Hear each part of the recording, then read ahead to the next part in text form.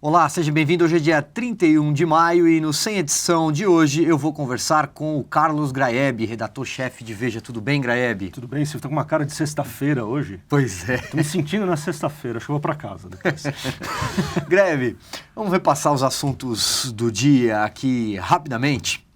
Bom, Eduardo Cunha, Carlos Graeb, continua aprontando das suas, né? Hoje foi o dia em que o relator do processo de cassação dele, por ter mentido ao afirmar que não tinha contas no exterior, o deputado Marcos Rogério, protocolou o parecer no Conselho de Ética da Câmara dos Deputados. Muito bem, ele ainda não pode antecipar o seu voto, mas como desde ontem o site de Veja informa, ele vai sim pedir a cassação do mandato do Eduardo Cunha e acredito que não resta dúvidas de que o Eduardo Cunha mentiu ao afirmar que não tinha essas contas. Mas aí o Eduardo Cunha continua aprontando das suas, Graeb, e antes de eu passar a bola para você, eu queria só contar um pouquinho do que ele fez. Em primeiro lugar, o Eduardo Cunha agora trabalha para derrubar um integrante do Conselho de Ética. No caso, o presidente do Conselho de Ética, deputado José Carlos Araújo, da Bahia. Jamais podemos acusar Eduardo Cunha de ser modesto, de mirar abaixo, não é? Ele quer o presidente. É verdade. E aí o pano de fundo, passo a bola para você, é que nos bastidores fala-se que o placar hoje seria 10-10 e aí cabe o tal do voto de Minerva, o voto decisivo ao José Carlos Araújo. Como é um algoz, um rival do Cunha, ele decidiria pela cassação. O Eduardo Cunha, a gente já chamou o Eduardo Cunha de cínico aqui, depois do depoimento que ele deu à comissão, certo? Tentando explicar que, olha, o truste é um truste, não sou eu, mas, como bem disse o deputado lá, mas se o truste comprar uma garrafa de vinho, é o truste que vai beber ou é o senhor? É ele, né? É claro que ele mentiu. Agora, ele tem uma capacidade incomum, né, de aguentar com a cara mais limpa do mundo todos os ataques, todas as evidências que vêm, e ele se tornou uma espécie de craca também ali, né, no Congresso. A gente já falou tantas vezes disso, né, Silvio? O que é mais surpreendente talvez seja o fato dele ainda ter 10 votos no Conselho de Ética, né? Que o Eduardo Cunha fez coisas feias e erradas e que merecem o afastamento dele do cargo de presidente da Câmara e quiçá a sua prisão, como veremos talvez mais adiante na Lava Jato, a gente já sabe. Agora, o mais surpreendente é que tantas pessoas, tantos deputados se mantenham na órbita dele, né, Silvio? Estejam dispostos... A influência que ele ainda tem. A influência é inacreditável, né? Que se vê também na maneira como o Valdir Maranhão, o seu substituto, né, na presidência, vem agindo, né, Silvio? Tem notícia sobre ele também, não tem? Pois é, como no Cartoon Manda-Chuva e o Batatinha. E o Batatinha, né? Porque... os gatos de rua, os gatos do beco, né? Pois é, o Valdir Maranhão, na prática, ele comanda ali a cúpula da Câmara nesse momento. Quer dizer, na prática, quem comanda é Eduardo Cunha, mas ele é o preposto, né?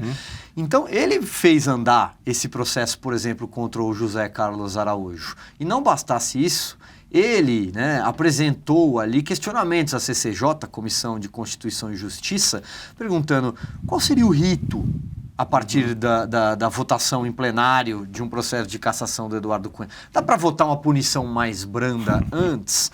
Dá para inverter, votar uma suspensão, entregar a cadeira de presidente, seguir com o mandato?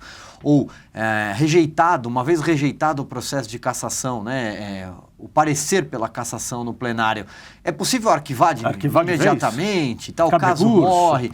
Enfim, o que o Maranhão está fazendo é tentar buscar uma brecha regimental para ter uma carta na manga, caso o caso chegue ao plenário.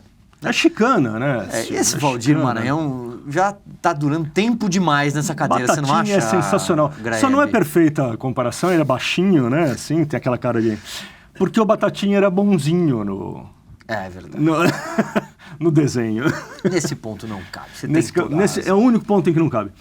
É lastimável tudo isso, porque dá aquela ideia de um apodrecimento generalizado de todas as instituições e tudo mais, alimenta o discurso do golpe que não houve do lado do Planalto, ao mesmo tempo mina, né, a legitimidade que o governo Temer tenha, e que não é uma coisa assegurada também. O governo Temer chegou com a legitimidade dos procedimentos, né, legais, foram os procedimentos do impeachment que levaram o Temer ao seu governo interino. É legítimo tudo isso, mas ele precisa conquistar legitimidade na rua, legitimidade dos atos que ele realiza enquanto estiver governando, né? E você ter figuras como Eduardo Cunha, esses asseclas dele na Câmara, torna muito difícil você atribuir esses outros tipos de legitimidade, né? O da ação mesmo, de conseguir passar medidas no Congresso, tudo mais, a um governo interino que precisa disso e o país precisa sair da imobilidade, né? Então, realmente, é lastimável que tenha 10 caras no Conselho dispostos a dar o voto deles ao Eduardo Cunha, que mentiu, claramente, notoriamente mentiu, não há dúvida sobre isso, né? É espantoso que você tenha uma figura como o Valdir Maranhão dando as cartas, né? Então, assim, o Brasil está num momento muito paradoxal, né? Porque as instituições funcionam, apesar de tudo, mas tem muitos... Tem muito cupim, né? É verdade. Tem muito cupim na estrutura, né? É verdade. Só para encerrar o capítulo Valdir Maranhão, a gente não pode esquecer duas coisas. A primeira, né, Grebe, foi ele quem tentou dar a canetada para anular a admissibilidade, aquela votação pela admissibilidade do processo de impeachment. E no caso do Eduardo Cunha, foi da lavra dele uma decisão que impedia e impede, né? Vamos ver qual vai ser a reação do relator Marcos Rogério, de incluir documentos, citações levantadas pela Operação Lava Jato, que indicam que o senhor Eduardo Cunha foi sim um dos beneficiários do Petrolão. Ele diz assim, não, o parecer tem que se referir apenas e tratar exclusivamente da questão se mentiu, se não mentiu, se era um trust, se não era um trust. Exatamente.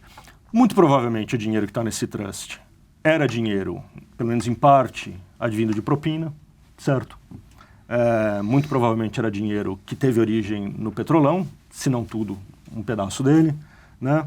E é óbvio que quando você vai... tudo bem, tem uma acusação que precisa ser bem delimitada, mas tem um conjunto da obra, né? É um conselho de ética, certo? Então, ética é uma palavra que tem uma amplitude, assim, você está julgando o comportamento do parlamentar, né? Mas, enfim, eles decidiram que não vão incluir essas coisas justamente para se precaver de qualquer questionamento, né? E vamos ver o que vai dar, né, Silvio? Mas, assim, são os cupins tentando corroer a madeira das nossas instituições, né? E eles existem, mas o Brasil não é só isso, né? Vamos ver, temos que lidar com isso, Silvio, não tem outro caminho. A gente acorda todo dia, né? A gente não acorda e fala, ih, o mundo acabou. Não, o mundo está lá, então temos que lidar com um por um. Seguimos. Bom, Graeb, assunto 2. Causa calafrios no mundo empresarial hoje a Operação Zelotes da Polícia Federal. Pois é.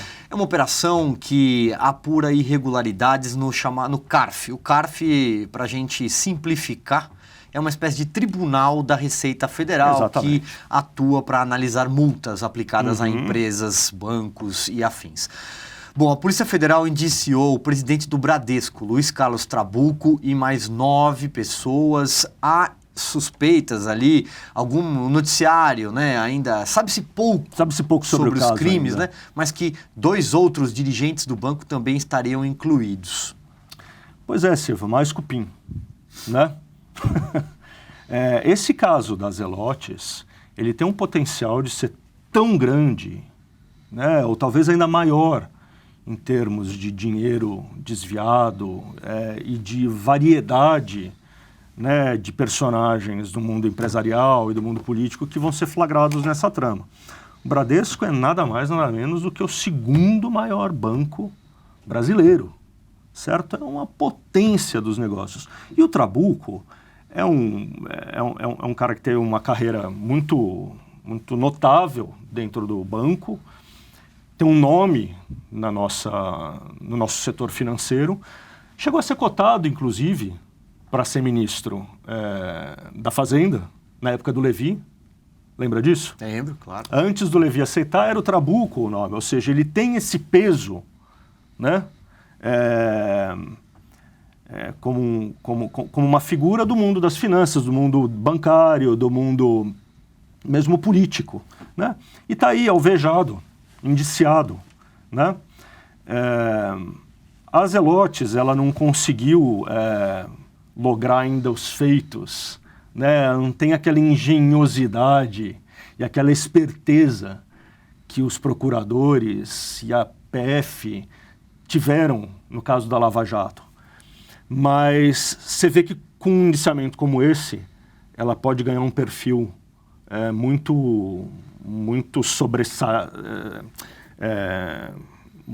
evidente, né? Pode ganhar um relevo muito grande.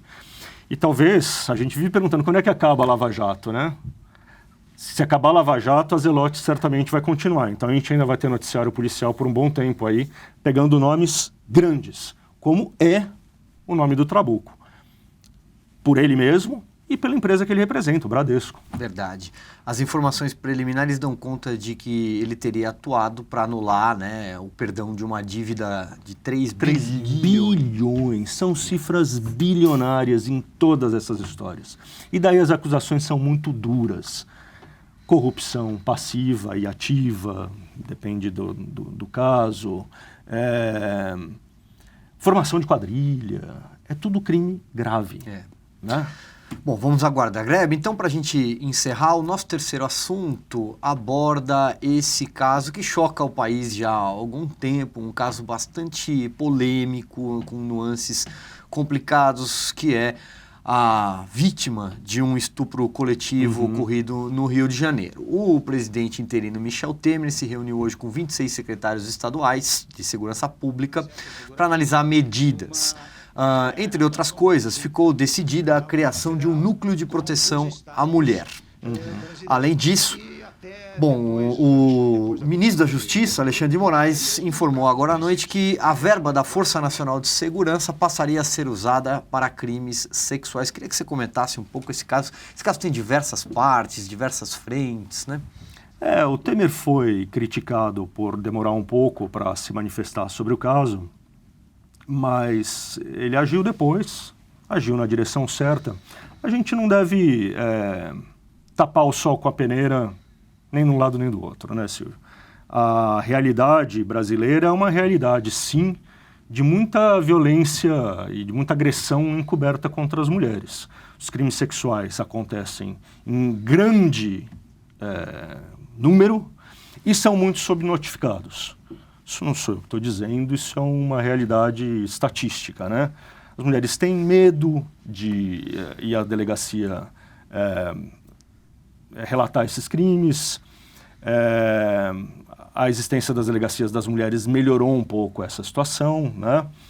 Então, não é um assunto irreal, não é uma invenção. Não é que isso tenha, por causa do que aconteceu com a menina no Rio de Janeiro, isso de repente tenha se transformado num falso assunto que ganhou uma dimensão inaudita. O problema existe e as medidas que foram tomadas hoje são importantes.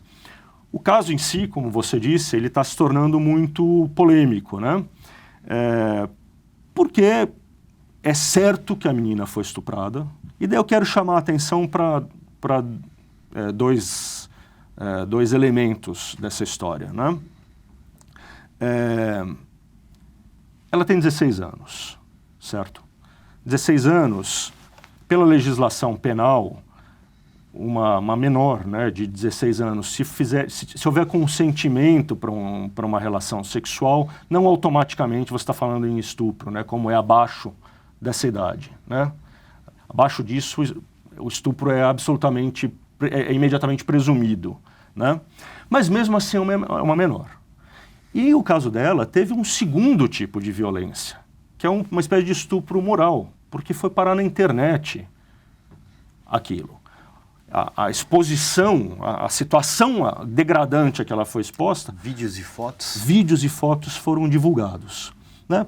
Então tem gente falando, não, mas a menina era próxima do tráfico, não, mas tem indícios de que talvez ela gostasse de fazer sexo com vários homens ao mesmo tempo. Olha, é um discurso... E daí eu vou dizer uma coisa, é obrigação da imprensa dizer a verdade. Se for essa a história precisa ser contada. A imprensa não pode parar a sua investigação antes de entender exatamente o que aconteceu, certo? Se a menina realmente fazia sexo com muitos homens, se a menina tinha um passado... Tudo isso precisa ser dito. Não é certo santificar a personagem, certo? Então, mas atenção, veja bem o que eu estou querendo dizer. A imprensa tem que fazer o seu trabalho, tem que contar a história direito, tem que dizer exatamente o que aconteceu. Da mesma maneira que a polícia precisa investigar. Foram 3, foram 4, foram 33 que estupraram a menina. Tudo isso precisa ser sabido. Não adianta você simplesmente dizer, teve um caso chocante. Não. O caso ganhou uma tal proporção que é importante para todos nós saber exatamente o que se passou ali. Agora, do ponto de vista legal e do ponto de vista do que isso acarretou, a gente também não pode relativizar. Houve sim estupro, a menina estava desacordada, ela foi apalpada de maneira grotesca enquanto estava desacordada. Tinha mais de um homem naquele quarto, não sei se eram 3, se eram 5, se eram 33, como ela disse, certo? Houve uma violência sexual contra uma menina que tem 16 anos e que foi submetida a uma segunda violência, que foi a da exposição, certo? Então, não estou relativizando o crime, não. Eu só estou dizendo que a gente não pode misturar as duas coisas, que são a necessidade da polícia e da imprensa também de contar exatamente qual foi a história e a necessidade de agir em cima de uma realidade que é grave no Brasil, que é da violência sexual contra as mulheres, e que certamente aconteceu nesse caso. Não estou minimizando nada, certo? Veja, nos Estados Unidos teve um caso célebre recentemente, e a revista Rolling Stone foi até obrigada a se desculpar, né? Porque ela relatou um caso de violência sexual numa universidade, num campus universitário lá nos Estados Unidos, e a menina, depois, investigaram mais a história e descobriram que era tudo mentira. Tudo que a menina tinha contado era mentira. A revista Rolling Stone teve que se retratar, teve que dizer tudo aquilo que a gente tinha dito era mentira. E daí o que a menina que mentiu disse? Ela falou assim, não, é verdade, eu não estava falando a verdade. Mas a violência sexual nos campos universitários americanos é uma verdade, então tudo bem. Não é tudo bem, certo? A gente não deve conviver com a mentira. Eu não estou dizendo que a menina mentiu. Eu estou dizendo apenas que a imprensa não pode se satisfazer em falar, olha, aconteceu uma coisa terrível. Vamos contar essa história direito, certo? E não é também assim, tudo bem, eu contei uma mentira, mas... Não, é preciso agir em cima de verdades. Não estou relativizando o que aconteceu com a moça. Nesse caso, eu acho que a gente, como disse a delegada ontem, a gente já tem elementos suficientes para dizer, houve um estupro. E com os agravantes, ela é menor de idade, talvez seja uma menina que já tinha tido um filho antes. Com 13 anos. Com 13 anos. Isso aí é motivo para a gente culpar a menina? Não é motivo para culpar a menina, certo? É motivo para dizer, que vida que essa menina teve, certo? É nessas horas que você tem que mostrar um pouco de, usar uma palavra que, sei lá, talvez as pessoas achem pega, mas é um momento de você ter um pouco de compaixão, certo? E também tem um crime típico da nossa época, que é o estupro público, vamos dizer assim, que é a exibição das imagens. Então, tudo isso aconteceu. As medidas do Temer hoje, eu não acho que vieram tarde, não, certo? Ele pode ter demorado um dia para se manifestar, mas agiu e tomou medidas importantes hoje. Então, fez bem e teremos novas ferramentas para lidar com isso. E a imprensa continue cumprindo a sua tarefa. Vamos contar essa história até o final. Vamos ver qual é qual é a realidade dela, nos seus detalhes, certo? Mas as implicações são essas que a gente falou e tiveram consequências adequadas do lado do governo. Então, é um caso que ainda vai continuar pela semana, né, Silvio? Muito bem, e vamos torcer para que a polícia encontre esses suspeitos que estão foragidos. Certamente. A maioria deles, traficante. Traficante. Grebe, obrigado. Você, excepcionalmente nessa semana, às terças-feiras, com cara de sexta, como você disse. Vamos decretar que é sexta-feira hoje, Silvio. Não dá certo, né? Não temos esse poder, né, Silvio? Não temos. Obrigado, Grebe. Obrigado. Esse foi o Sem Edição. Obrigado pela sua companhia. Até o próximo programa. Tchau.